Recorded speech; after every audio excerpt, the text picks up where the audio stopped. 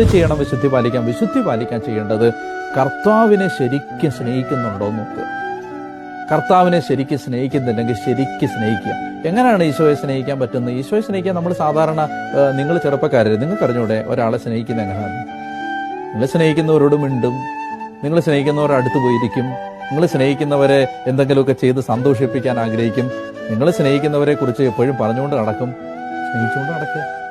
ആ സ്നേഹത്തിൽ നമുക്ക് കിട്ടുന്ന സമ്മാനമാണ് വിശുദ്ധി. അപ്പം അതുകൊണ്ട് വിശുദ്ധി പാലിക്കാൻ നമ്മൾ പരിശ്രമിക്കേണ്ടത് എങ്ങനെയാണ്?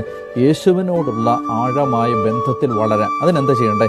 അതിന് എന്നെ സഹായിച്ചിട്ടുള്ള ഒരു ടൂളാണ് ഈ ബൈബിൾ. ഇതിനകത്ത് കർത്താവിനെ കുറിച്ച് എല്ലാം പറഞ്ഞിട്ടുണ്ട്. നമുക്ക് എത്ര വയസ്സ് പ്രായമുണ്ടോ അത്രയും പ്രായത്തിനിടയിൽ വായിച്ച് വായിച്ച് വായിച്ച് വായിച്ച് അവനെക്കുറിച്ച് അറിയാവുന്നതെല്ലാം സ്നേഹത്തോടെ അറിയാൻ ശ്രമിച്ചു. ഒരു സ്നേഹിക്കുന്ന ഒരാളെ കുറിച്ച് അറിയാൻ ശ്രമിക്കില്ലേ? അറിയാൻ ശ്രമിച്ചുകൊണ്ടിരിക്കുക.